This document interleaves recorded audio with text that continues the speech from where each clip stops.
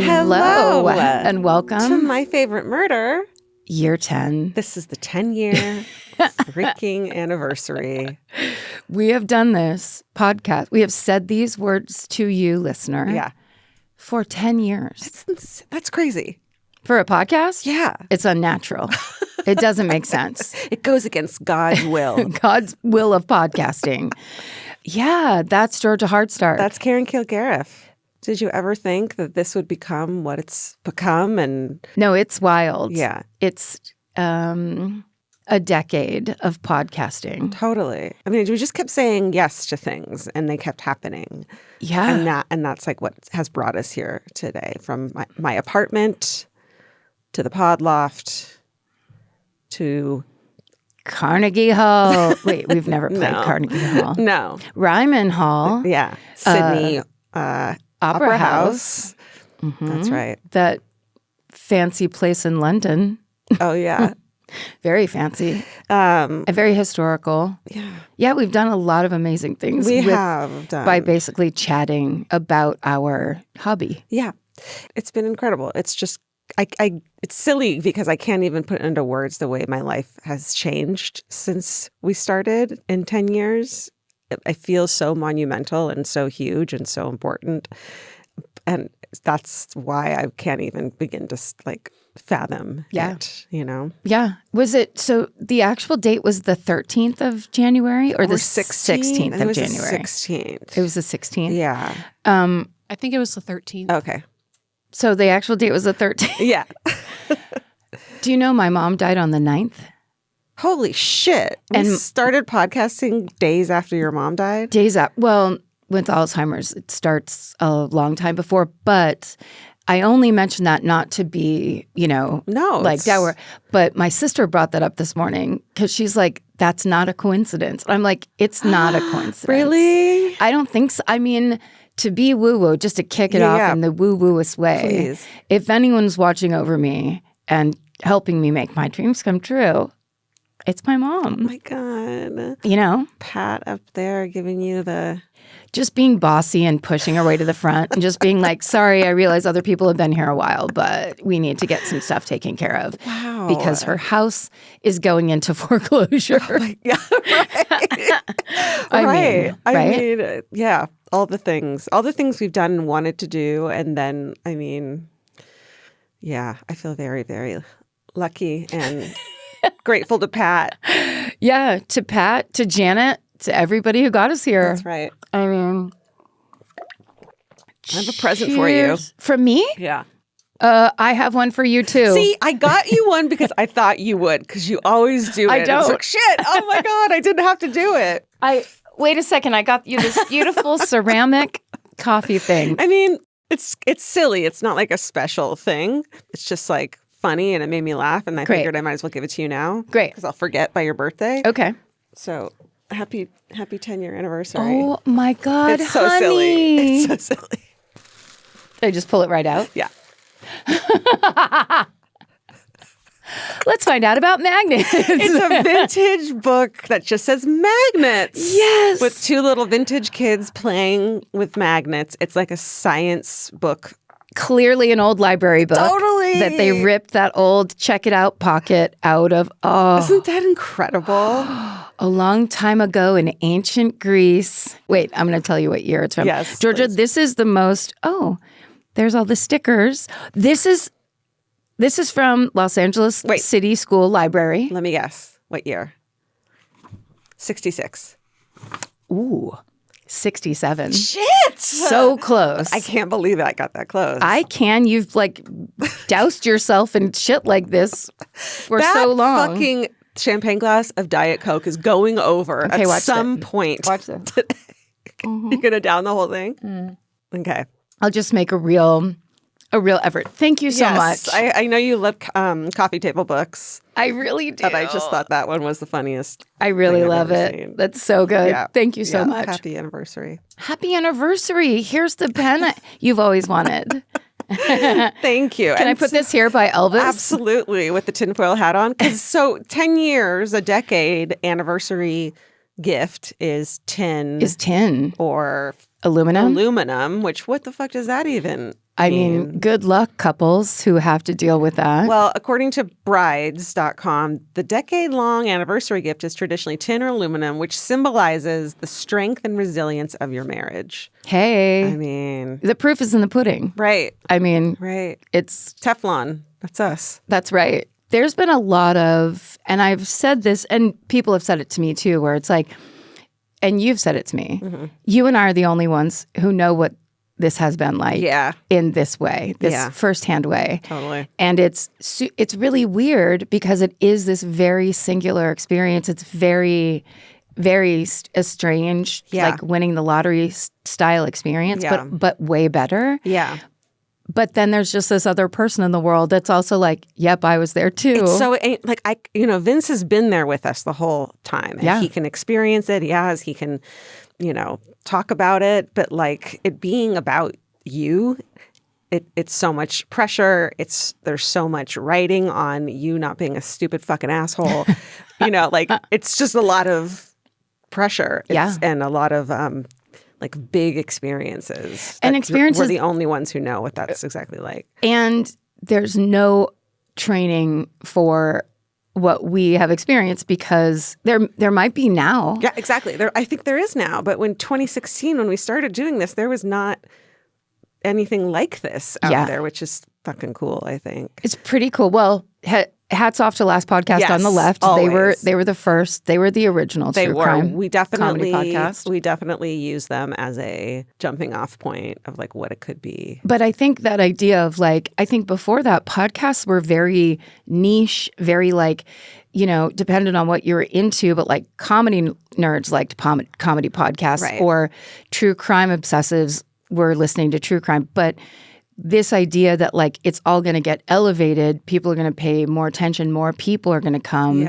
And that means you have to be media literate. You have to be aware of what you're saying and, say the facts. Don't spread misinformation. There's like a real responsibility that just was not there when we started and we weren't aware of. Right. And we I think the fact that we were able to like, we adapted. Thank you. We did that a lot. We adapted on the fly, and I think that's really a big part of this. But obviously, the biggest part is our listeners and you guys like sticking with us and like going on this crazy, yes, I'll say it, journey. It has been a true spiritual journey. Yeah. And none of it would happen if you guys weren't listening. So thank you so fucking much. Yeah, that part of it to me has been the most unbelievable and mind-blowing because the amount of people and the love and passion with which they talk to us. I mean, I'm just talking about the ones who have talked to us and the ones who have played along with us this whole time. Like, it's just an incredible gift, obviously. Yeah, it's a very special, it feels like a once-in-a-lifetime thing. And I want to do it again, though. Differently. Can we please not? Could we never again? All right. Should we get into this? Yeah, we still have to do business. Look, we're very responsible podcasters, obviously. So we know there's some reading to be done right now. We've had to become responsible podcasters. They gave us a network. It only took us a decade. That's right. So we've really built it up. There's all kinds of podcasts on our network. Yeah. Hey, here's a couple podcasts that are on Exactly Right Media. For example, Bananas, the Weird News podcast. And this week over on Bananas, Kurt and Scotty review their strangest headlines of 2025. From a radio station that went viral for playing a harmonica on a loop for hours to Bahrain, the dog who won a downhill ski race. It's the kind of unhinged best of that only Bananas can deliver. And over on Ghosted by Roz Hernandez, Roz is over the moon about the return of Patton Oswalt. Aww. They get into Australia's spookiest haunted doll, Baba Vanga's 2026 prophecy about extraterrestrial contact, and Patton's favorite conspiracy theories. Very fun. Very tin hat. Yeah. Then on Brief Recess, Michael and Melissa are discussing the ice raids in Minneapolis. Then they pivot and they talk to Yua Hamasaki from RuPaul's Drag Race. This show has everything. Truly. And then on Trust Me, Lola and Megan are joined by journalist and filmmaker David Ferrier. He talks about his reporting on Arise Church, the largest megachurch in New Zealand, and their disturbing pattern of exploitation. David Ferrier made that documentary Tickled. Did you ever see that? Oh my God. He's amazing. Yeah. And when he came to record with Trust Me, he was waiting outside while I went out to get in my car. And I was like, that's David Ferrier. And so I was trying to figure out how to say something to him. Or I was like, hi, I'm Karen and whatever. Yeah. And I was like, kind of like trying to figure it out. And then the producer of the show just stepped outside and was like, oh, David, right in here. And then he just went inside. I never said hello to him or anything. It's your company. You could have been like, hi, welcome to my office. Hi, do you need to get in? I have a passcode. Like, I really could have bawled out. And instead, I just stood there kind of trying to figure something out. Good. Classic move. Okay. Now, due to popular demand, we were just on tour. Very fun, very exciting. We had amazing tour merch that everyone loved and everyone talked about. And so, because the people have spoken, we want to give them what they want. Our 2025 tour merch is now available in the Exactly Right store. It's your chance to grab posters, totes, and apparel from our live shows. I have something. I have a poster. I have a tote. This artwork for like the posters and the tour official merch is by Daphne Sabane, and she did such an incredible job. There was a different logo for every city. Yeah. And it would all have something to do with like the city's flower or the state flower, the animal that went along with it. And there were all these like beautiful, deep meanings behind them. Yes. It was so thoughtful. It was amazing. And then this was just the overall tour. So we got the Cool Panthers if you just wanted the general tour, but then like Georgia's poster there, that's the Denver specific poster. So all of these items are available. So go to exactlyrightstore.com to see everything that's available. Guys, it's our anniversary. We got to sell. We always got to sell. That's who we are. We've got to keep the lights on in this office of ours. Yeah, God damn it.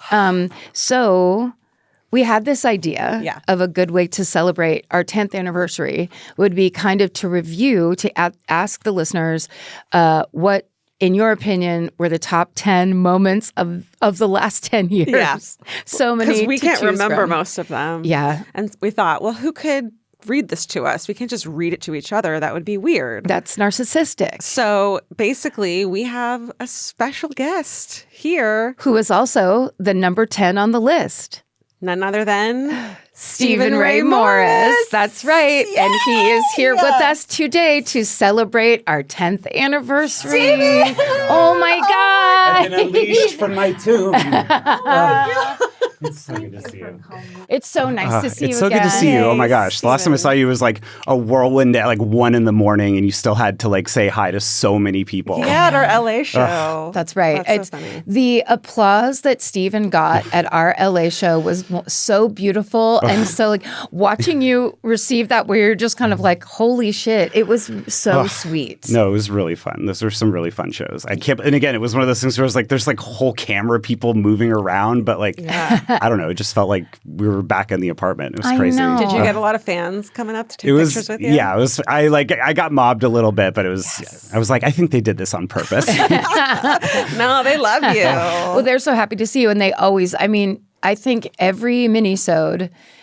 Every email you get shouted out. Yeah. I mean, like you are a part of the show forever. Everyone and Stephen. Yeah. I still left like my signature at the bottom. You know, they're still like writing into the email. Stephen will be out. Yes. Yeah. If you guys don't know, Stephen made his debut as our engineer on episode 23, and he was our editor, our fact checker, and my cat sitter. Yes. So. Oh my gosh. And all things to all people. Right. You did it all for us, Stephen. No, yeah. You really did. I mean, it's just so surreal. It's just what you guys have done here is amazing. Like, I'm just, again, I was like peeking around every corner. Like, I have to see everything. Yeah. We have an office. I know. Now there's not somebody like playing Call of Duty downstairs from your place or like, you know. Oh, yeah. We used to get a little bleed through Call of Duty sometimes. Fireworks, helicopters. Literal fires. Yeah. I mean, yeah. The ghost train. Crazy. Ghost train. Oh, yeah, that's right. And when the loft days. Yeah. Yeah. We saw Coyote like walking back to your car one time. It's like full nature, like surreal, like we're in a movie right now. Oh my God. Yeah, it is. We have, well, if there's anyone in the world that understands what we have been through besides you and I, it is Stephen Ray Morris. Very true. Oh my gosh. So nice to be here. So thank are you. you ready to walk us through the top 9? Now the top 9. Yeah, Yes. you're number 10. Yeah. We narrowed it down to 9.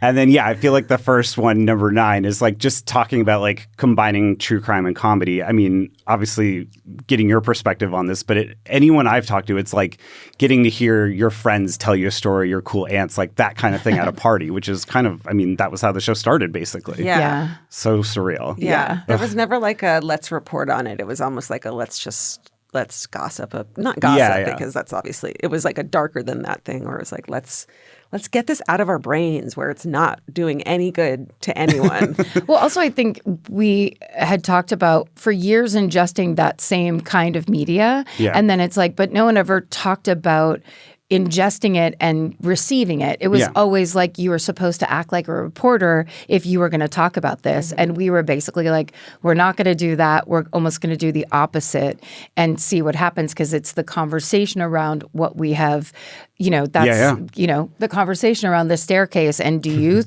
how in the world could you believe in the owl theory? Right. And then, it's almost like the Halloween conversation when we first met. We just took that onto, what are these called? Microphones. Yes. For what's it called? A decade. Yeah. Yeah. It was like, was this on mic or not? Like it felt like that. Like, what was your favorite forensic file episode? What was your favorite unsolved mystery? Like, totally that kind of thing. It actually just reminded me of you saying it being on mic that I think one of the biggest reasons that we got Stephen and needed Stephen was because I used to do a weird thing with the microphones we were using. Do you remember that? Where I was creating this insane sound problem because I would shake the mic sometimes when I was talking. And you'd be like, and I think they were your mics, and they look like the mic you use at a school talent show.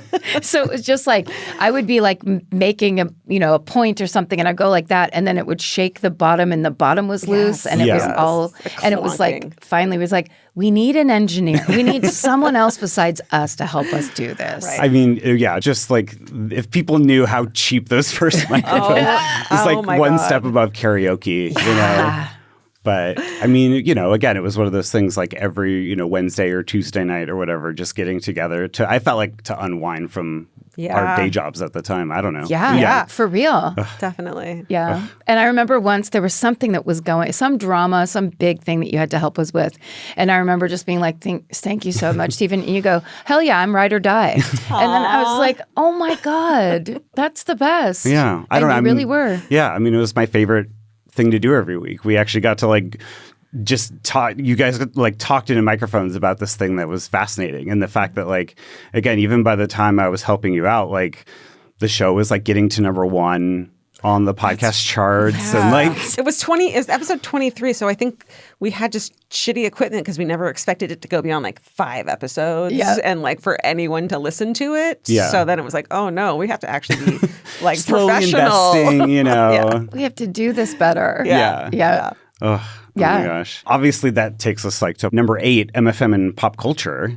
I think speaking of that, the Entertainment Weekly, that to me was like, but I mean, for both of you, like, when did you feel like you're like, oh, this is like the biggest thing? Or like people, talking about it. Like you see in Yellow Jackets, I feel like was another insane. Oh, yeah. Oh my God, I forgot about that one. Yeah. That's right. We would get these emails that were like, can we have permission to use your logo? And we're like, the logo Georgia made? Right. It's just like, sure, you have permission. Like those the Christina kinds of, Ricci, she had like a mug, right? Yeah. In Yellow Jackets. That's there it is. That is the OG. Wow. That is my mock-up of what it could look at before we even started recording. Yeah. And I remember making that in like a cafe because I didn't have Wi-Fi at home. It was like that time of my life. And I couldn't afford to like pay Wi-Fi. So I was in a cafe and I was supposed to be writing like a submission for like a writing job, like, like at a food magazine. And I was like, oh, I really fucking need this job. Like, what am I going to do? And like, I don't want to do that right now. I want to make this instead. Like the thing that's not making me any money. Graphic and the thing I just design want to is do my for passion. fun. That's right. And like, it turned out that was the thing that I should have been working on. I mean, that's the theme song is Take Two. I believe. Yes. Like, it's right. just like my favorite murder theme song, take 2.m4a. Like, you know, like right off your phone, like Holy shit. unchanged. I always thought, well, I remembered it this way, but that makes more sense because I probably screwed it up the first time. But I always remember it being just me sitting down and being like, here's an example of what it could sound like. And then just sending it to Georgia and then it being like, yeah, and then that's what it is. And that's what it remains. I think there's those things like that where it's like, that's a good piece of advice for people. It's just like, don't mess with things too much. Yeah. It doesn't need to be perfect. Just like put it out there and see. Well, it felt like, the things that you were ingesting, the stories at the time, it was just like, all right, we get to talk about it. And then it's like fresh on Thursdays. Yeah. And I feel like that was something that I feel like not everyone was doing, you know? It was like that, because, you know, it's like if you make a movie or a TV show or something, it takes like months or years. Or, you know, again, working on shows where you're like in a writer's room for 6 months and then they start coming out. But it was like, oh no, we're responding to like things in real time. We don't have time to like make it precious and make it perfect. Just get or it out even there. think about, should we be saying this at all? And also, you know, again, thanks to Stephen, because it got to be timely like that because you would leave those records and then stay up all night editing those shows. It's hilarious. I mean, the dedication. We were supposed to be recording on like Tuesdays, and I think at least half the time we were like, shit, we can't record until Wednesday night, not knowing how long it took to edit. No, nothing. I mean, again, nothing it was about when it. we were neighbors, so I could just walk over. Yeah, exactly. Thank God. So crazy. I also really loved when you guys were on The Simpsons. To me, that's also like another, you know, like thing that you enjoy as a fan, and then you get to like see it. Yeah. I think that was a maybe like teary-eyed moment for me when we were, it was like a podcasting episode or a true crime podcasting episode.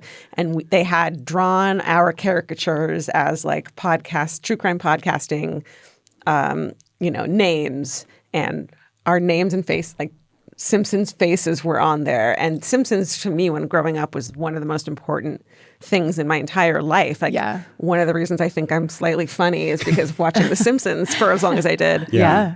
And that just felt like that was something I could send to my brother and he would get it. You know? I mean, I saw that picture. I just couldn't. To see yourself Simpsonified is wild. To know it's actually in an episode. Yeah. That was really, it was a humbling experience. It was really the craziest honor. And then full circle of like somebody on our Facebook page in the, you know, in the comments made up the name Murderino. It's stolen from The Simpsons. Right. So it's like perfect. It's like instead of suing us, they put us on the show. It's so nice of them. That was one of those, that moment and Jeopardy are two moments that it felt like, okay, whatever fucking happens in life, historically, you can't take that away from me ever. You know what I mean? Like, it will always have been on Jeopardy and on Simpsons. Like, so if you want to see any of these things we're talking about, go to our social media. You can see all those pictures if you haven't already. Right. We're posting a lot of cute stuff for the 10-year anniversary this week, so check it out. I know, even just being in here, like seeing all this stuff is like so surreal. The collection. Has that like appreciation of those things, do you think you appreciate it more now? Because I feel like at the time, just even remembering like the scramble for the three of us, like going through Twitter, going through Facebook, like trying to just source any of this stuff, because it was just like every week we were just like, okay, we need to just focus on the episode now. And then I don't know. Well, it's like a living scrapbook kind of where you don't.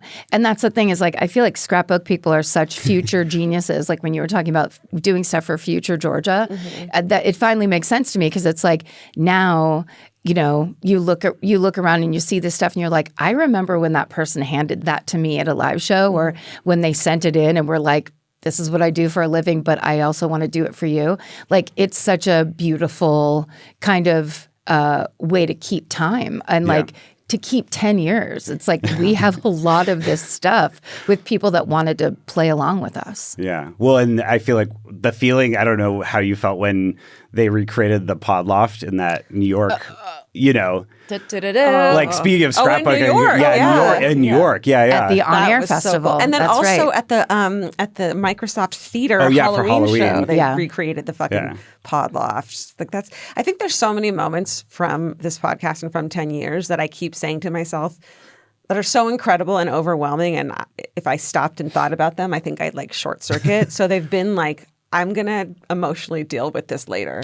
When I'm 67. Exactly. And yes. I can't do it right now because like if you think about how many people are listening to your voice right now, you can't fucking speak. So it's just like, I'm not going to worry about it right now. In the future, as an old lady, I'm going to be like, that was pretty fucking cool. Yeah. What? I'm doing a bit where that's what I'm doing to you right now. But it can't do a not speaking bit unless you're not speaking. Yeah, unless you're watching, right? I mean, it is that kind of thing where surreal. I think we were very good about keeping it. It's like, you can't think about those numbers and you can't think about the, it's that idea. I think at some point, one of the many problems that we had to all solve together, and it was like, look, we're not looking for a consensus here. We're not trying to. We didn't do something to be super popular for millions of people. We did something for each other and for ourselves. And then it's like, and then it went somewhere, which I think is the advice if people are looking for it, where it's like, please yourself and make yourself laugh or interest yourself, because you can't think of it that way or you will totally melt down. No, I always feel like it's like telling people, it's like, can you have a fun conversation with somebody where, I mean, again, back in the early days, it was like seeing you two make each other laugh or discovering something new was always like, so, it's like that's when I was like in my notebook, like writing the things that you guys said, like that's the stuff where it's like, if you can do that, like, I feel like you can do anything. And thank God we took those and made them into the show titles instead of using the fucking number puns. I mean, number puns. 79 was pretty good. Yeah. We had a couple good ones, but also that just makes me think of Georgia would always have either a pot of coffee or her old coffee from the morning, and Stephen and I would have a big old cup of like 7:30 coffee. Yes. And just be like, yeah, let's do this thing. We're supercharged, plus Diet Coke. Yes. Whiskey for me, always. Yeah, we're going all in different directions. I think that's what made it We work. all need our own special form of... Just lighting off. Like the fireworks that went off one time in the middle of recording. Oh my God. And all the cats like scattered. Yeah. Ugh. Wait, so then when number 7, writing the book, Stay Sexy, Don't Get Murdered. That was one of the hardest. I don't think we expected. Oh, hey, look. Oh, look. Oh, there it is. That's a very bitter look on my face right there. I'm very angry. I'm stoked because that was one of the hardest things I've ever had to do in my entire fucking life. We didn't really know what it was going to be. It turned out to be like a memoir in a lot of ways of the stupid, painful things we've done and gone through that naked, so that we're the people who you can trust to deliver these pieces of advice to, which means you had to like dig deep. Every note I would get from Allie, our incredible editor, was like, what did it feel like? Tell me more about how hard that moment was, or how awful it was. It's just like, it was a lot of therapy at the time. Yeah, it was incredible. Well, and also just the opportunity. It's like everybody knows, like, if you get a popular thing, if you get over a certain number of people that will pay attention to it, you'll get a book deal, or you'll get a blank, or you'll get a blank. And when that came through, it was like, well, this could just be another perfunctory thing that gets done because that's what gets done. But then it's like, but we could really do something with this. Like, and also we are not true crime journalists, again and again we say. So it's like, we don't have to worry about that. It's like, we can just talk about the one thing we know. Like, I felt so much comfort in that, because it's just like, we don't have to pretend, like, suddenly in the middle of all this, we don't have to pretend to be something. It's like, we'll just keep on doing what we've been doing, and hopefully it'll work. I think that was probably writing a book is something I'd always wanted to do in my life. Like, that was a life goal. I didn't know how the fuck it was going to happen because I didn't go to college. And Same. And so getting that opportunity was like, this is a once in a lifetime thing that you've always wanted. Don't fuck it up. Like, make yourself proud of it. And there are times like these days, I mean, like even now, years later, sometimes I'm like, I feel lazy or I haven't done anything, and then I'm like, you wrote a book. You wrote a fucking book. That cannot be taken away. It was a fucking #1 bestseller on fucking New York Times. That can't be taken away. And I'll never forget, people will tell you they like it, but whatever. So now you've achieved this dream, but maybe it's actually not good, or blah, blah, blah. Right. But the reviews were good. So I just kept looking for like, okay, well, where's the bad thing, so that, I can take this all apart in my negative way. And it was just like, couldn't do it. And then people to this day, like, bring it to us to sign or tell us how much it meant to us. Like, it's incredible. It's crazy. I do still think it's great. I'm like really proud of us. I really am. There's nothing about it that I would change. Plus, you got Paul Giamatti. Paul Giamatti in the audiobook. What more do you want? I forgot. How did that even happen? Because I did the running joke of like people would ask us if we were going to do like a Q&A episode, people would ask us who would play you in the movie. Yeah. And you said the people that people have told you look like. And then, of course, I said Paul Giamatti. And then I guess someone told Paul Giamatti that. And so then he was trying to get a hold of us to be like, I listened to your podcast and I liked it or something. And one day I woke up and there was an email from a random email where it's like, the fact that I didn't delete it is a miracle because it'd be like, I don't know who this is from. But I read it anyway and it was like, you people are harder to get a hold of. And it was written in this perfect Paul Giamatti voice. And then it was like, thank you for saying nice things about me. Your delight. He basically heard we were talking about him, so went and listened to the podcast and was like, I like your podcast. And I was like, well, then I'm going to do the gross Hollywood thing and say, would you like to read a chapter? And he was like, sure. And then I was totally sure he was going to just flake later on, just like tell me yes. And he did it. He did it. What a mensch. So surreal. So and then, good. I mean, I feel like that whole, again, just expanding outward, because we were talking a little before, but just the number 6 is touring. Like, when did you decide that you were like, we have to do this? And then how did you, I mean, again, like I think in 2019, you guys toured from January to May. Yeah. Don't talk about it. We just wanted to do a live show, there were some podcast festivals and they were fun and made sense to what we were doing. Yeah. So we were like, well, let's do our own live show, like outside of a podcasting event. Yeah, it seemed like that's what a lot of comedy podcasters did, where it's like people go and they put up one of those folding tables and then, you line up some mics and you sit there and you do your podcast and people can see you in real life. Yeah. So I was like, well, I'll call the Bell House. That's where a lot of comics that I know in New York like do stuff like that. And we'll just, see what happens. And so many people tried to buy tickets that the guy called me like, what the fuck is going on? Because we fucked up their whole day and probably their week with the amount, like it sold out immediately, the whole thing. And that was when we started to get the sense of like, oh, we don't understand how big this is. And we don't understand that it's like, we sold out the Bell House. That's a big deal. That's a big deal. It was a huge deal to me. Yeah. I think this last tour that we were on too was really cool because for our LA shows, I've since talked to a lot of people who I'm really close. We hadn't toured in 6 years. So there's actually people that I'm very close with that I didn't know then. Oh, wow. And so hadn't seen the live shows or hadn't been to a live show. And then they, cute. Love that one. That's the Beacon. Yeah. So they came and they're like, oh, I didn't understand. You're always stressed. I didn't totally understand it until I went to a live show and heard and saw everyone like when you walked out. I didn't realize what a big fucking deal it was. That same thing happened. My friend Lark, who now does my hair, I invited him to come. And he just told me when he was doing my roots the other day, he was like, he goes, you didn't tell me anything about what that was going to be like. I thought I was going to go support you. Like I was going to be nice and be in the audience for you. He goes, I was so embarrassed when I got to the Pasadena Civic Auditorium or whatever he has. Like I had no idea and you didn't tell me. And I was like, I'm like not a detail person. Yeah. What do you say? Like, here's how many listeners we have. Here's our numbers. Please come to this show. You don't do that. Yeah. So there was definitely a lot of like, oh, okay, this is bigger than what I thought, which is kind of rad. I mean, when we did Anaheim, I got to stand on stage where I saw Michelle Branch in high school. So that was just like, oh my God, everyone, you have no idea. It's so incredible. That was such a good show when Georgia did the Disneyland. Yes. Oh my God. The Deaths of Disneyland. I've been wanting to do that for so long.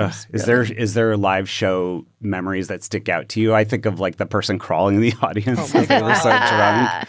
the fun part about especially that first year of touring was we were out with a bunch of people who were like, they were friends with us. And so it really was like you just went and did a live show with all your friends in the audience where they were heckling us and they wanted to be a part of it and all of it. But at the same time, that dynamic that none of us had gotten before, which is this is what happens when we do this part. This is what they're doing while we do this part. Like pockets, having a dress with pockets gets a huge round of applause. Like, what? Okay, that's our thing. Yeah, no one would understand, but it's like, but everyone understands because we're all kind of the same in that way. Yeah. It was, I mean, those early days, the Portland shows were always amazing. I think my family coming to the Oakland shows and seeing me and having that same experience of we didn't understand what this was.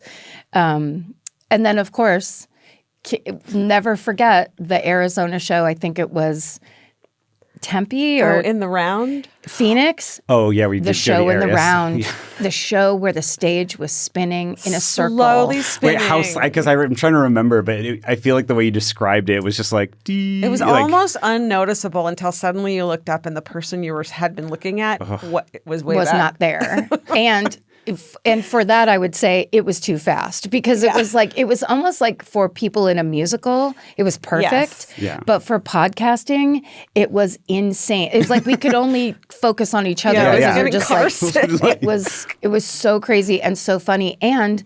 No one told us that it was in the round or on a moving stage. No. So walking out onto stage, we were discovering all of it at the same time. It was hilarious. Did you do a full rotation? I never asked. Multiple. Did you do like multiple? Went around multiple times. I think it went around 20 or 30 times during the length of an hour. Oh yeah. It was pretty good. It was good fodder though. It was it was insanity. And then that show had the best hometown, I think, of all time. She did an amazing job. Go listen to it, everyone. Yeah. I mean, some of those hometowns were people were like, even just the most recent, the LA shows, everyone is just like so excited. I forget, like, do you have like a favorite hometown person or just like, I mean, there was marriage proposals, like there was like all kinds of stuff. People came on stage, guests. I mean, if it's favorite person, then I would pick our drunk friend from Washington, D.C., who could only say Lorena Bobbitt 15 times. And she tried and she was there and she was loving life. And, you know, it was just... Georgia had to pick from 50 feet away. Yeah. And this woman was waving her hand like, we told her the rule. Yeah. You can't be too drunk. Maybe we made up the rule you can't be too drunk after her. Yeah. No, you always framed it. You're like, there was a whole thing that people had to pay attention. We were like, everyone settle down for a moment. Yes. Please stop. These are the qualifications. Now go. Yeah. Be a good storyteller. Yeah. Know what you're doing. Yeah. All those things. But this gal. Yeah. And I do love that, like, the kind of just unexpectedness of it all, where it's just, you're fucking hoping this person delivers. And when they deliver, it's powerful, but it's even more so because it's not planned at all. Yeah. It's just so incredible. Yeah. And sometimes it's like a person that's like, I am the city's district attorney, where you're like, you're listening to this podcast. Like, oh my God. Yeah. Did the touring this time feel different? I mean, it just felt like a gift. Yeah. You know what I mean? Yeah. After like, not doing it for so long, having it kind of be like, we don't have to do it. It's not like required. Yeah. And then being able to like film it. Yeah. There was just a lot to it that was like, it felt very like be in this here now, be in the now right now and really love it. Yeah. Because it was those first, I mean, the back-to-back years were hard, and it was the hardest version of touring. Yeah. Multi-cities in a weekend. Yeah. Thank God for Crazy. Vince. Oh, my God. I know. Vince really, Yeah, he tour managed the hell out of that thing when he got in there and saved it for sure. He did. It was nuts. But there was that, now I can't remember if it was Vancouver or Toronto. You may have been there. There was that one show. It was just the best audience, like the response and the stories. And I think it was Vancouver. It was they bubble up, but then like if I sat here long enough, I would name every single one. Well, and also I feel like over the years of just like wanting to pick the stories. I mean, I was embarrassed too when we were doing Kansas City, and then was like looking at Kansas City, Kansas murders. And I was like, oh, Karen, I'm so sorry. This is Kansas City, Kansas, not Kansas City, Missouri. I mean, like, that's on them, though. Yeah. Like, come on. What are you we're doing? Supposed to... You cannot name so close to each two other. cities the same. No. Yeah. And one that doesn't even belong to the same... No. Irresponsible. Was Not there- our fault. Not your fault at all. Thank you. I needed that closure. Yes, no, we're fine. Is there like a story that you were glad that you did live versus doing at home?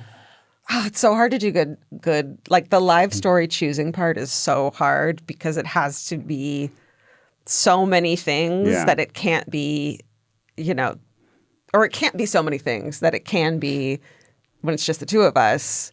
Yes. Because you don't want to bum out a whole fucking audience. There's just a different expectation, and we had to learn it by doing it, which is a tough way to learn on stage live show. I mean, that actually is the definition of stand-up comedy. It's kind of an awful experience, but then you like the improvement and the kind of you make these little changes and you're like, okay, here's the parameter, here's what we will talk about here. And also just if we have a room full of, if we're lucky 2,000 people, how are we going to maximize this experience so that this is like kind of best case scenario for this city, this audience. Right. What do they want? And then also to remember that when they're booing, they're usually not booing us. They're booing the story. Yeah. At what point were you like, okay, they're not booing for Never. I'm still like, what? Are you mad? What did I say? What did we do? That's why I used to get so angry at when they would heckle because it was like the old me of like, if you're saying anything, that means you're against me. Yeah. Where it's like, these are people that just want to talk. Also, they finally get to talk back to you and they really want to do it. And they had drinks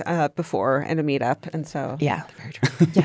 There's all kinds of reasons. I mean, I also love seeing both of you meeting everybody afterwards. Yeah, the meet and greets are fucking special. So fun. And people just were like this, like ready because they just had the thing. Like in New Zealand, somebody had ice cream with them the whole show, like that kind of stuff. Like, do you remember any like specific so many gifts good or gifts. like things like I that? forgot the Australian New Zealand. There was amazing experiences. That's I got proposed to.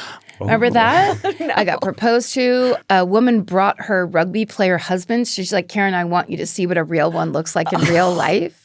Like it was that we had some great ones. It's so funny because after the show, you're like just completely emotionally drained. It just takes a lot out of you, and then you have to do this like 100-person meet and greet. But then you're also like, they're bringing me the coolest fucking gifts, and like every other person has some like either ceramic beautiful thing that they made for you, or a fucking bag full of candy, or like a Siamese cat stuffed animal. Like it's just. It's like then you can't sleep all night because you have so much like endorphins running through you because it's just such a cool experience. And then it's people getting to tell you like how long they listened and like what you were there with them for. Yeah. And that's just like you don't get that when it's just sitting in a studio recording. And we hadn't had it for so long. And like we'll run into people on the street who will like say hi and introduce themselves. But just that onslaught that you get when you're touring it's life-giving. Yeah. Yeah. Did when the people tell you they go back to school for that? Yeah. So many, like, I became a this and I went back to school for that, or I left this relationship because of this, or I went to, there's so many, I went to therapy because you guys talked about it. And that to me is like the fucking point of it all. Yeah. It's so cool. Yeah. No, I had a friend who was telling me growing up, I didn't think mental health was like a thing until they listened to the show. So that was very touching. And also, I love the fact that was just the coincidence of both you and I not giving a shit. I was raised by a mother who's a psychiatric nurse. Yeah. You were raised where therapy was very much fine and good and a part of your life. And so it was just this weird, we didn't know better. And then we were everybody else is interpreting it as you allowed other people, where we're like, no, we just love talking about ourselves. No, and it's also what'd you do today? I went to therapy. I'm just talking about my day and something cool my therapist said. Yeah. I'm not I didn't, and the medication change I'm going through right now. It's just part of my life. But the fact that we made it not a big deal to talk about, and so it's not a big deal. And we get credit for as if we planned it. And you didn't. Number 5 on this list is creating the podcast network. Exactly right. Again, this is so the space is bigger than I think the original network studio, basically. You mean the original studio where you couldn't flush the bathroom toilet while people were recording because they were 5 feet away from each other, if not less? Yeah. We always say, like, they gave us a network, and it really did start with, like, a deal that was being struck, and part of the, part of the deal was they want you to have your own network. So that is how it started, and we said, awesome, let's do it. But I don't think they expected us to do it ourselves the way we, of course, would never let anyone else fucking do it. Yeah. So, I mean, I think it was that idea probably at the time. They're like, well, if this true crime podcast is popular, then that'll be a network with a bunch of other true crime podcasts. Yeah. And then, of course, very quickly we found that it's like, but in sales, it doesn't work that way because we will eat up all of the advertising. There was all the kind of business behind the logic of it. And so then we were like, well, we have plenty of hilarious friends who are not interested in true crime at all, and they're podcasters. And we got to, the way I used to say, it's very hacky, but it's like, we got to build our own Marvel universe of all the people around us, where it's like everybody can't be Superman. You know what I mean? If everybody's flying around with their laser vision, it's a little boring. We need everybody that's like, we need an Aquaman and we need a Storm. There's no way these people are all in the Marvel universe. And I know there's people that are furious right now. Furious that I would be cross-promoting these characters. Well, I think that what happened was they thought that we were just going to churn out a bunch of my favorite murders to make them a shit ton of money. And I think we pissed off a lot of fucking people because we were like, that's not what we want to do. That doesn't really happen that way. And like, we want to do it our way. So I think... Well, you're picking things that resonate with you. You're like, I want to listen to that. Exactly. Like, this podcast will kill you. Or like, right. Just any of the kind of shows like Bridger just getting to open presents and be mad about it. Like, he's super pissed all the time. Yeah. This podcast will kill you is Georgia's favorite podcast. And then I remember she was just like, I think this would work because it's thematically similar, but it's not on point, where it's just like, yes, like those kinds of, that's how you pick Trust Me. That same thing where it's like, we do podcasting because we like podcasts and we listen to podcasts. So it all did make sense. But the build of it was just like, how are we going to do this and how are we going to keep on doing this? And it really did become its own separate job. It's it's crazy. Yeah, what is it like now? I feel like well, now we have like 40 employees. I mean, it's just I got lost on the way here. It was definitely way more work than we thought it would be. I often wonder, like, if we hadn't started the network, what our lives would be like right now. It definitely it turned it into a business rather than like a hobby. Yeah. And I had to step away from the CEO angle of it or running the business at all because I just don't know how, and I don't want to pretend like I do. I got really just overwhelmed by it all. But I love the network. I love the podcast we get to put on it, and I think it's a special place. I think like those podcasts that come to us, I'm always like, that's awesome. They're going to be happy, and we want to make sure they're happy. And, make it a place where everyone gets to be themselves and creative and not being like told what to do. Because I don't think like nowadays my favorite murder would be picked up on a big network. Like they make us change everything about it, or like I wouldn't be famous enough to like host a podcast. So we didn't want to do stuff like that to other people. Pressure. Yeah. Well, and for years knowing creative people, working with creative people and being around creative people, it's like, you learn, what you like, and that your taste is good, and you watch, why something seems to be better than something else, and it's not just chance. It's not, you know what I mean? And it's not just surface. It's like, especially in podcasting, you have to be better, I think, and more entertaining and more compelling than the average person on TV because there's no distraction. It's hyper focused on literally, this back and forth. So there is a little bit of the magical combination that Georgia and I knew simply by going, okay, we've done this. We see what's hit. We think we know why. And then, of course, I had a background in television where just like this used to be my job all the time where you're trying to put ideas together and make that magical combination hit.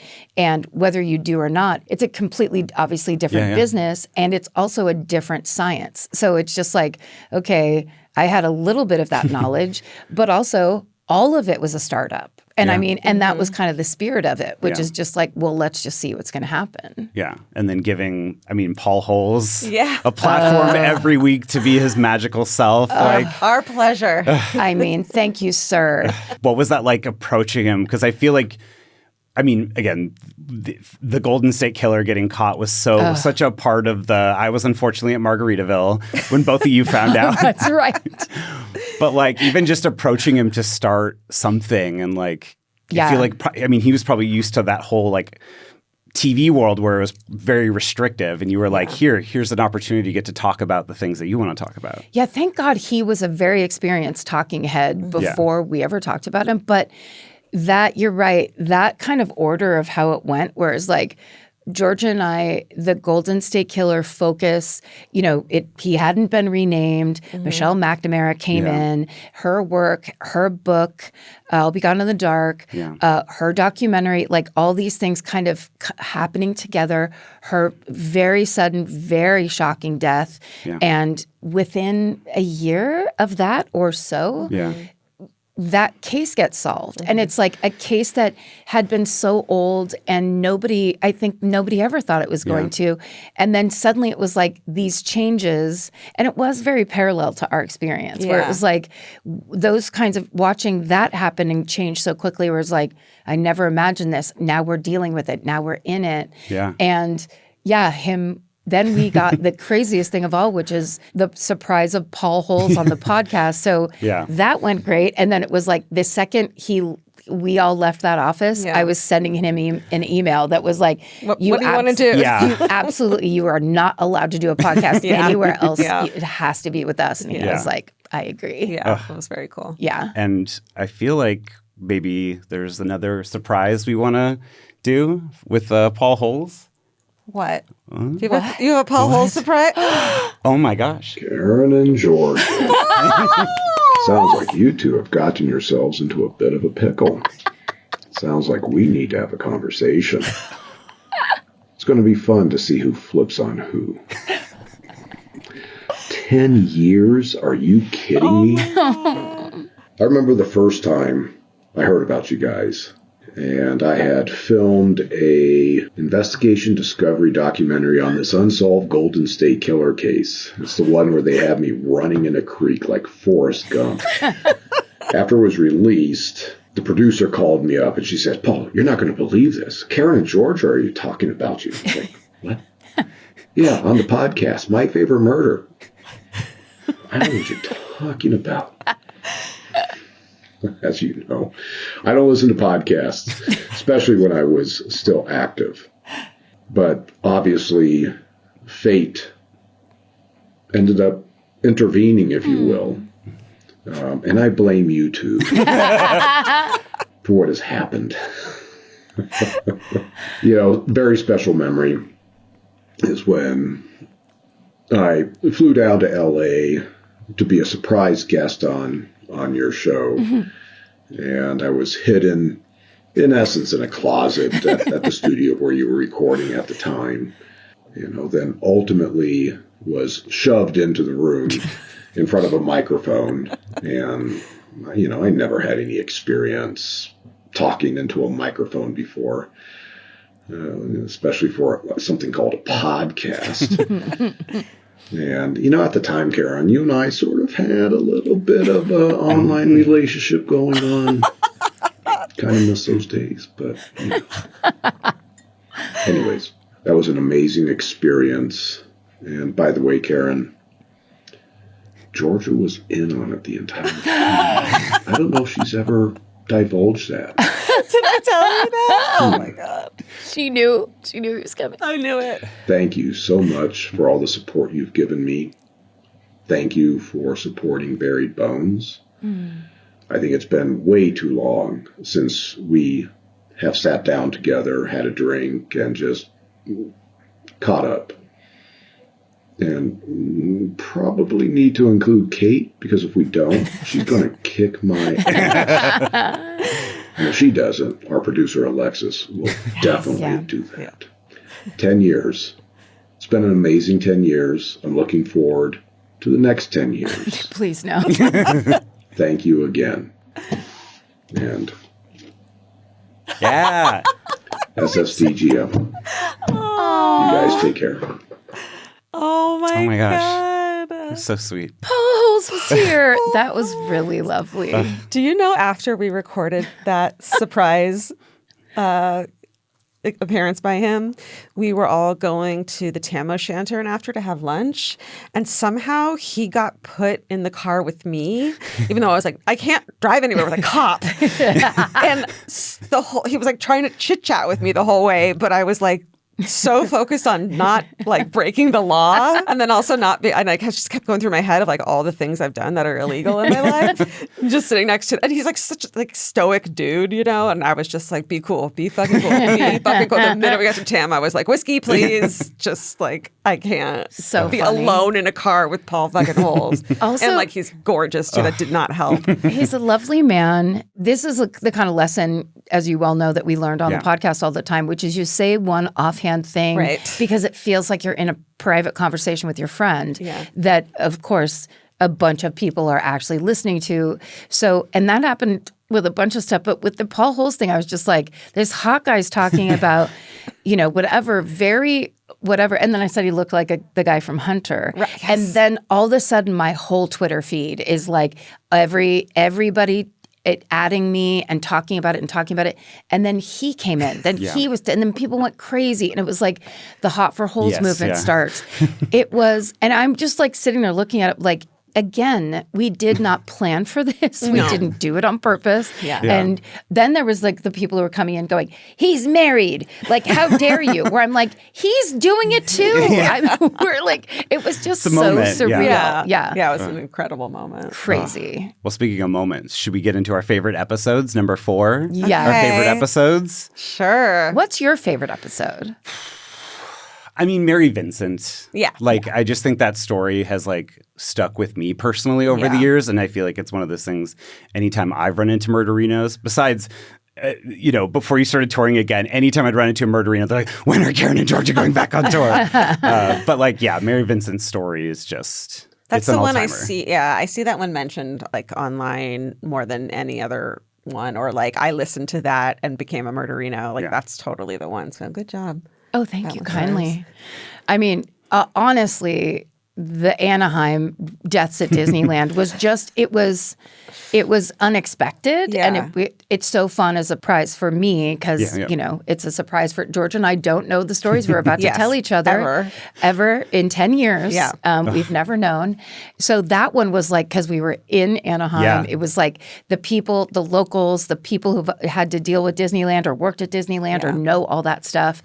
And we were also in this funny little room that felt like a conference room at like the Hyatt that they had made into like a theater for us. So at certain points, it was like rocking. Literally, like the room was rocking with like the back and forth of it all. And it was like that experience couldn't have happened in any other way without that story making it happen. And I love that so much because, and I said this about hometowns recently too. So deaths at amusement parks have been an anxiety obsession of mine since I was a kid. Like I remember the first time I heard about someone dying on Space Mountain at Disneyland as a 6-year-old and being like, what the fuck? I need to know everything about this. So like this podcast that's true crime, and also with hometowns where it's like, I want to know what happened in your fucking neighborhood that you can't stop thinking about because shit happened in mine and I have not been able to stop thinking about them my whole life because I have anxiety, but also like, how could you, there's people who just go around places and not think about the worst things that could happen. Right. Who the fuck are you? Yeah. So getting to do that story, so even though it's true crime, deaths at Disneyland, you wouldn't think, you know, goes along with that, and like getting to sit on stage and tell you and an like whole audience that are excited to hear about my biggest fears, like and share it and not be called names or not be like sent to rehab or whatever. Like it's just so fucking incredible and special. And then the hometowns too, where it's like I used to just ask random people once in a while, what happened?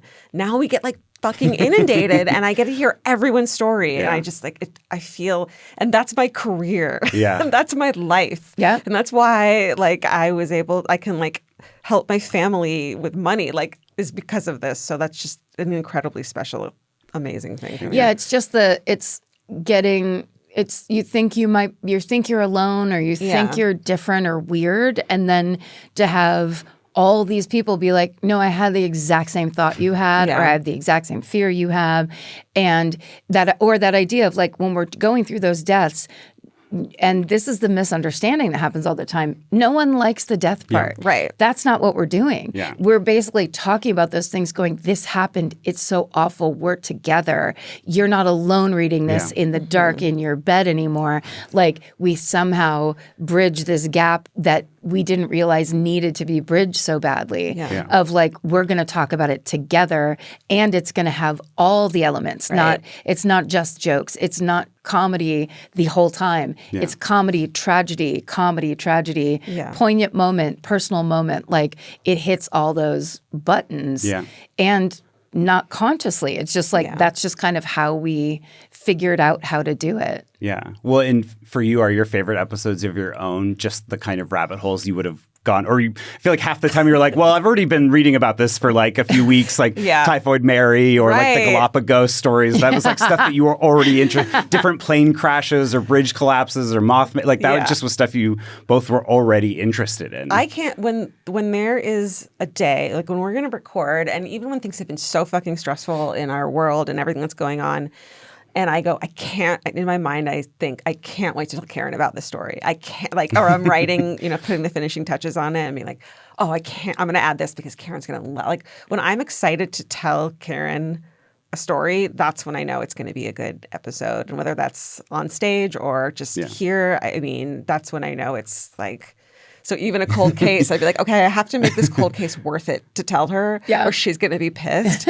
So how do I make this the cold case story that Karen is okay hearing? Yeah. And that's when I know it's going to be a good episode or a good story that I tell. Yeah, we're each other's perfect audience. Yeah. Because then it's you're, come along with me where I bring you into my British Victorian 1800s thing that you don't care about, but I'm going to make you care about it. And I do now. Yeah. I do. It is to be totally transparent, there have been times when we have not been getting along and then we'll record and I'll go, fuck, that's so special. Fuck, we're so good together. Yeah. And it's just undeniable. And it just softens as part of you, Also, to me, it's funny because I feel like the not getting along has always been, oh, are you having trouble doing your gigantic business with the person you met 4 months ago? Every time I would be upset or frustrated or whatever, it would be who has ever done a situation like this well and gracefully the whole time and with complete unity? It's not getting along is how you get through a thing like that. And it's basically saying, I have, you have your opinion, I have my opinion. Can we get together and decide what's best for this third thing, which is not either of us, it's this thing. Which we both fucking care about so much. And you can't, it's not it's hard. You can't fight over a thing you're both so passionate about. I do think both of us having older sisters was very I was about to say, the that. sister element was such a reoccurring theme with both of you having older sisters. I think it's a kismet thing for sure. Special. But it's also the worst version because no little sister wants to be older sistered by somebody else. Right. So we've gone through our whole lives being absolutely oppressed by our older sisters in some ways. And so then when you start hearing the older sister tone, which I know exactly how to copy my sister's voice, in that thing of it took me way too long to realize that's exactly what Georgia doesn't want to hear. So that's not going to convince her of anything. That's actually going to push her the other direction. Right, or trigger me into all my bad habits that happen when I get, sister. Well, and also when it's what we're fighting about is not who's going to drive to the party. Right. It's this thing that's highly impactful and there's all these people waiting to see and money and pressure and decisions. And it's Yeah, and also we have to get through this. We have to get through and it this. doesn't matter Every how week, bad. every Exactly. week, you Every know, week like- we still have to come meet up on a Monday and fucking tell each other stories. Do it. So, like, no, there was no be careful. Christmas or New Year's off. It was like back then you had to do a podcast every week. Yeah. There was Every week. no like summer off, No. like nothing. Because the second you even got slightly popular, Right. that's when people were like, I think we one time did it on a different day. Yeah. Well, because the Golden State Killer press conference, Right. we Oh, waited to in the morning. Stephen knows exactly what I'm talking about. Like that one very specifically, I remember because we were like, no, we should watch this. Right. And then we recorded it like around noon, and then I Yeah. got it up like by 4 Right. p.m. on a Thursday. But I mean, Right. people Sure did hear about it. Yeah. No, there was I mean, back in the day, it was like if something was late or it was like, oh God, what's happening? Are they okay? Can we do a wellness check? Like, Yes. It would be me and you talking at 7:30 in the morning Yes. because I'd look at Twitter and people would be like, I don't know, it's my automatic thing or whatever. And then Yeah. I'd be like, Steven, did something bad happen? Like first You're like, oh, I watch fell was asleep up. at the computer. I'm By the so time sorry. I woke up Yes. at 11 o'clock in the morning, you guys would have fixed it Yeah, for yeah. me. So You're I like, don't care. hey, how's it going, everybody? Yeah. Hey, I just woke up. What's happening?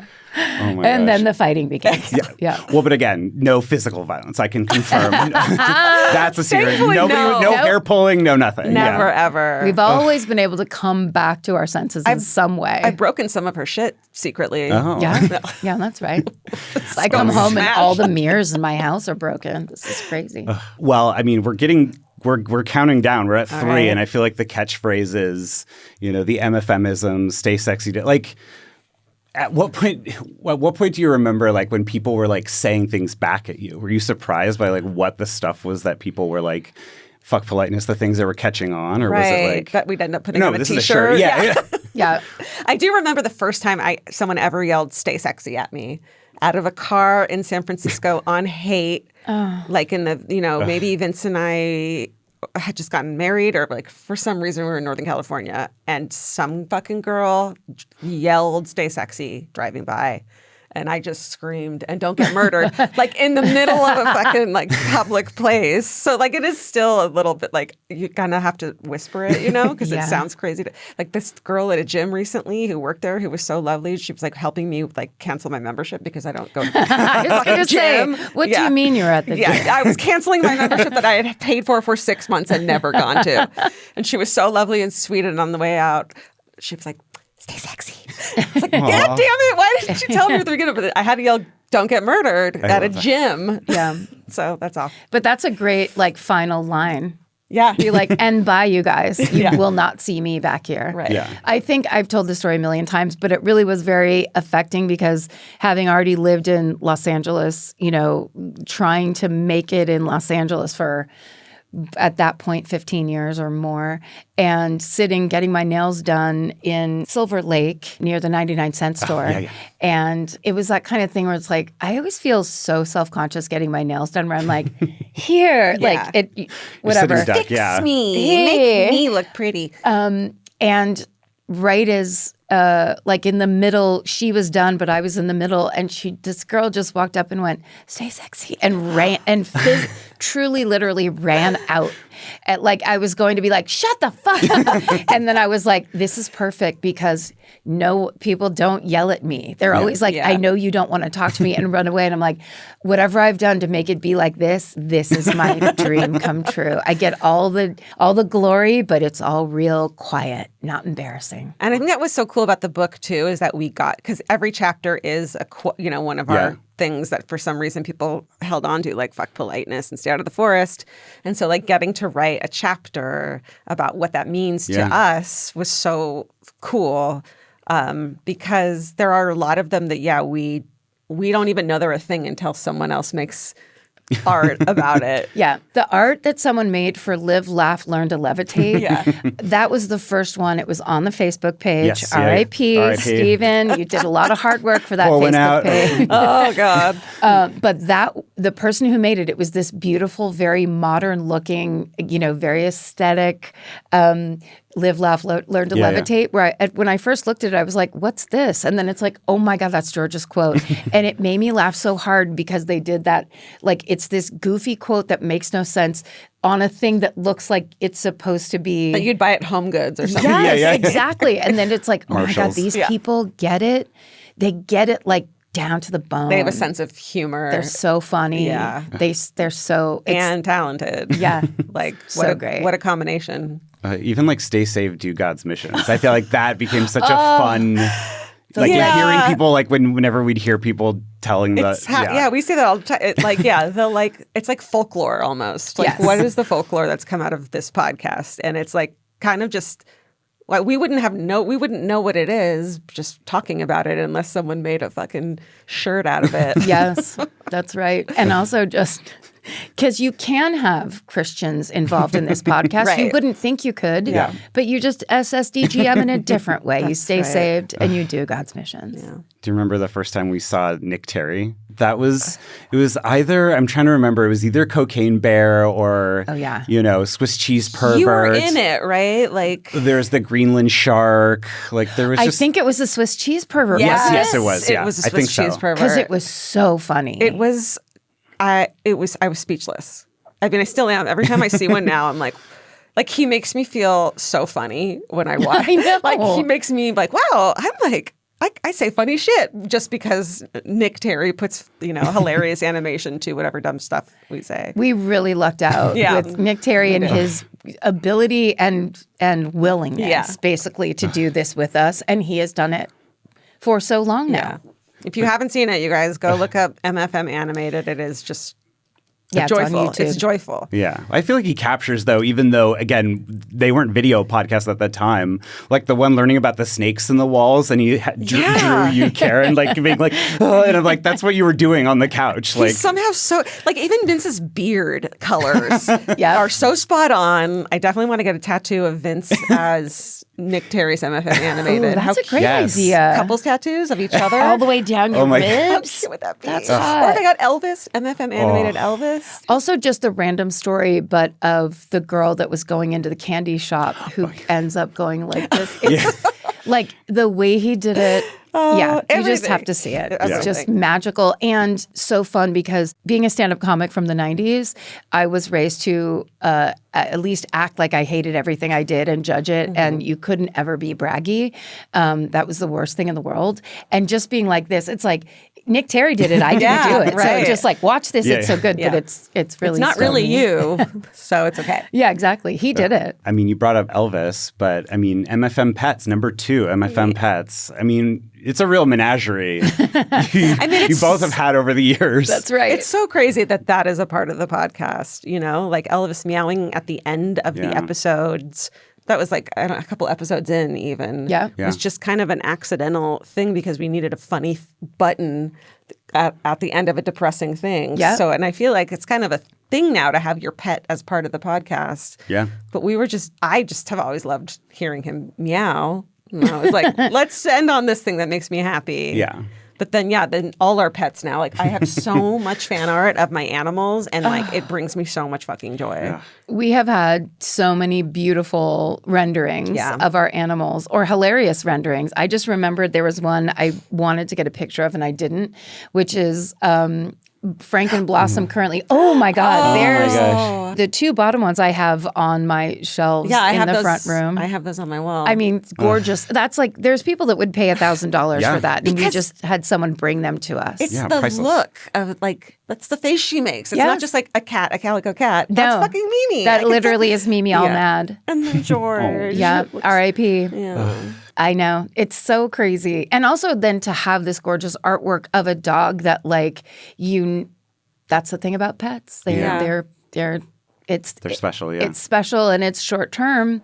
And to have something like that in cartoon version, in all these versions and people being like, here, this matters to you and this is a thing I can do. Like, I love it. Yeah, these were like dolls almost. This is from Mighty Pigeon, who was like an early art, My Favorite like Murder. 2017, 2016. very early. Like just bringing it so hard. Yeah, those were amazing. I mean, I would get that tattooed if I were a tattooed person. There was one I'd love to. I said once that Elvis's head smelled like a library book, and so I loved the smell of his head.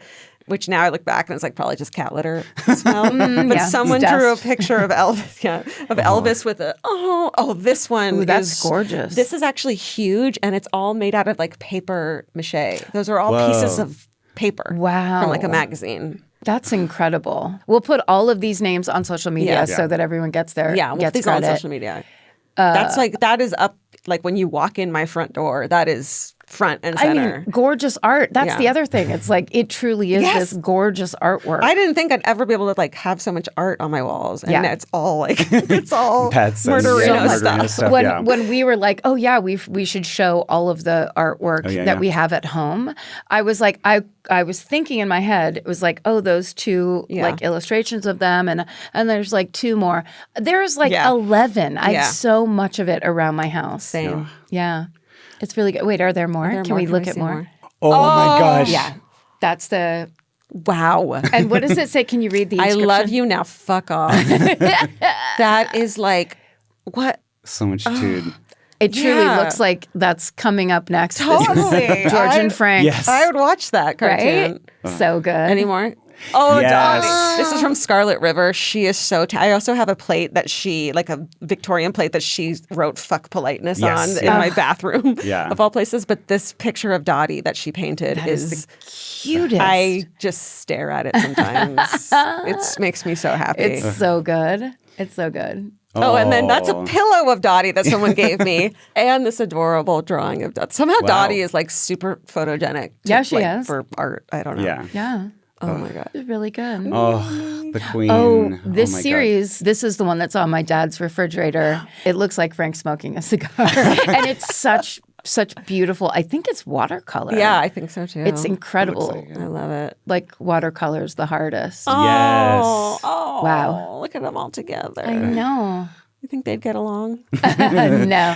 Well, here in the studio, if just George have them all was run around. alive, no. Is there one of Blossom and Mo, just so we can make sure that the new ones get a shout out too? I don't know. I don't have one of Blossom. Yeah, because I forgot to take the picture of the one. Is there one though? It's Blossom and Frank here, and then George is in the middle wearing a halo. Oh, stop it. And it's like, and they have really funny eyes that are very accurate. Like Blossom's eyes looks like she's panicking. Yeah. And then Frank's kind of like eye roll. Do you think it also made people want to share pet stories? Because I feel like that was so fun. And I think, between the most heartbreaking and harrowing tales in the hometowns, we'd get pet hero stories. Yes. And then you got a lot of Penny Lane art too, right? Yeah. Rest in peace. Rest in peace to Penny Lane. Yeah. I mean, they're all hanging out having martinis up there. That's right. Sounds great. George is trying to eat Penny Lane as we speak. She's not a friendly dog. She's not a nice dog. So we're getting down to number one. Yes, we're getting down to number one. I mean, obviously, the Murderinos, number one, the Murderino community. Come on. Come on. Hell yeah. That's it. We would not be anywhere without the people that not only listen to this podcast, but cared enough to send us that stuff, be on that Facebook page every single morning, right? Posting memes. I mean, come to the live shows. I have people have asked me I've been asked this a lot. Do you get weird experiences with weird fans or whatever? And I'm like, knock on wood. Shouldn't be saying this. I know. I have never fucking not felt awesome after meeting a person who comes up to me in public. And 100%. It's never been anything but fucking cool. Yeah. Do you ever experience this where somebody says hi and you're like, do I know you? Yeah. I know the look now. Do you know the look? A little bit, but I have to say this. This was really embarrassing. Over Christmas break, I went into a store and it was freezing cold, as it's been. So in some other store, I bought a stocking cap and put it on, folded it up because I was freezing. And then I went into the next store and I was like, I think they listen to the podcast, and we're talking, and then whatever, and then I go home and I go into the bathroom, and my stocking cap was standing up like a hat in the hat in the hat. Yes, it was the tallest hat. So it was like I walked into the store like, hey, can I get it was Ray's Deli. I was ordering a sandwich, and I was like, oh, this person knows who I am, and it's like, no, they don't. Just the tallest stocking hat, like love that. A turkey sandwich and a whatever. I mean, you can tell though. Yeah. Well, I was going to say I like the experience, and I feel like the relationship you've built with people when you were both like on a flight, like waiting to leave somewhere, and some people took a selfie and like with you behind, and you took a selfie back. Like, just come and say hi. Like, don't be weird. I feel like you put people at ease all the time. Like, no, we like the same stuff. We're passionate about the same things. Let's just like gab about that for 5 minutes, you know? When this stops happening, that's the problem. When people are like, I'm so sorry to bother you. I'm like, you're not fucking bothering me. Like, I'm here because of you. I have what I have because of you. It's just It's not like we were two young actresses on a hit sitcom or something like that. It's like we, first of all, you know, worked for years trying to get to a place like this. Totally. Both of us. And then got it. And then I think very much kept each other aware of what we had and how lucky we were to have it. And like, I think that piece, you know, I'm grateful to you for keeping the gratitude kind of like front and center, because that piece of it really is like, if you just start believing that this is like we somehow figured out something, that's crazy, because it came as surprisingly and as kind of like a wave. It wasn't our doing. We were doing this thing over here, and they showed up, assembled themselves, started doing subgroups. Oh, we're murderinos that also have really bad allergies or whatever the fuck. And people basically organized themselves. Yeah. Meet up later after shows. Totally. Now are friends for life. People are best friends because of meeting after shows. Right. And they say, like, a lot of them will be like in the comments, like, I feel like we all accomplished this together. And it totally does feel like that. Like we're all a little like 10 years because it's all of ours. It's not, we're not actresses. We didn't get cast to do this. And then people come up to us and they say, I feel like I know you, and I'm always like, you fucking do. You do. Because we've told you literally everything about ourselves. Like, there's nothing worse than telling a story. I told Alison and Nicole a story today, and as I was telling it, I was like, but you both know that because I've told this on the show before. Right. Where it's like, I literally have about 17 stories, and I've told them all on this goddamn podcast. You know what gives me away every time? Having a really tall husband. People see him and go, oh, and then they're like I get noticed because I have a really tall husband with a distinctive beard and everything. Like I saw Vince and then I saw you. I knew you were there. I'm like, I know. Yeah. But it's the best. And you can see the face. There's a face. They make this face. And then because it's podcasting, so it's not like they recognize you immediately. Right. Yeah. And then you go, hi, there's been half as many times as someone comes up to me, I've said to them, like, hi, I've initiated it because I can tell. Or they have a shirt, my favorite murder shirt on, or something like that. And because you don't wear tall hats, so you know for a fact that's what the face is. Right. I'll doubt it for the rest of my life. Oh my gosh.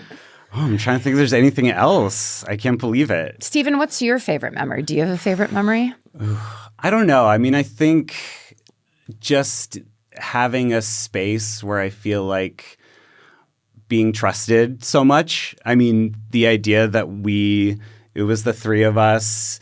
And it was like, you let me edit this show and then put it out without anyone else looking at it. It was like a lot of trust. Like I'm really grateful for that. I feel like it really, I mean, again, I feel like I've learned so much from the both of you, and like that's stuff that sticks with me even now. Like that's a confidence boost. Hey, by the way, we're going to put this out to 1 million people. Like, I think you'll do all right. We got it. We got this. Well, it is funny. You, what we were saying before you got here, like you did actually experience all of this, the craziness in the beginning with us. It's like us and you and Vince are the only people who were like going, all of us were like, what's happening? What is this? It's a very like small little special group that will never... no one will ever be able to understand 20th fully. Reunion, 30th reunion. We'll put the streamers up. We'll do prom photos. Steven, edit that out, please, right now. Oh my gosh. Thank you so much for being here, Steven. We love you, happy. Steven. I'm so grateful you guys asked me back. We couldn't do it without you. Thank you. Thank you so much. You gave it your all and then some, and we'll always be so grateful for the job you did for us. Thank really. you. And now I go back into my slumber for another 17 years. Right. We'll call you when we need you. Exactly. Yeah. Thank you. What a special moment that was. That was really like old home week. I love that. And also him being here made me remember things that I haven't thought of in so long. And he remembered way more than I do. I know. Yeah, he had a different point of view. Yeah. That's so awesome. Should we do our last segment? We were going to do something called Then and Now. So basically, because it's been 10 years, and people have been doing this in the emails that they've been sending us for hometowns and stuff, where basically we've been talking about how it's been 10 years and like what's changed. Yeah. So we asked people to send in basically what their life has been like these past 10 years. Yeah. Where were you then when you started listening, and where are you now? Yeah. You want to go first? Sure. This is from Calpy on Instagram. Then single, struggling, static. Now blossoming, living, and married to the man I met at 50. Ooh. I know. That's beautiful. Isn't that sweet? This one's from Elastomom417, and it says, I was in cancer treatment when I found you in 2016. Now I'm 10 years cancer-free. Oh, God. Oh, my God. Yeah. Wow. That's fucking incredible. That must have been so fucking scary. And it's like to be able to report that news. I hope that felt great, Elastomom. Oh, my God. Marissa Rebus says, I was 21 getting out of a toxic relationship. Now I'm 27, married, and a professor. Oh, my God. You became a professor in the time you Marissa's listened to us. No, I was a professor the whole time. Oh, right. That's true. No, just kidding. I'm just kidding. Let's see. This one's from Ann MWM Son. And it says, I was a polite 40-year-old then. Now I'm a 50-year-old who regularly fucks politeness. Yes. Great. Love it. Zella Kell says, D1 listener. Day one listener. Yay. It says grad school, forensic scientist for military, biologist at CDC now. Whoa. We have a friend at the CDC. We've got an insider at the CDC. Fuck yeah. Hell yes. This is from Kirsty JC5, and it says, I was starting a new scary male-dominated work industry. Now I'm thriving in the industry. Fuck yes. Hell yes. Oh, rodeo clown. Do we have any rodeo clowns that listen? Please write in. Please write in. If you do. S. Rapperkins something says, I was 16 years old, just starting community college. Now I'm a 26-year-old professional ASL interpreter. Whoa. We have smart listeners. Yeah, we do. This is from bird.soph, and it says, in 2016, I was a sophomore in high school. Now I teach sophomores. Oh my God. What a turn. Full circle. Always in sophomore year, though. Nightmare. Maybe the worst year, arguably. Actually, well, hopefully be nice to those sophomores. Okay. This is from Carolyn Marie S. She says, skinny dipping in my college apartment's pool versus drinking wine while hiding from my kids.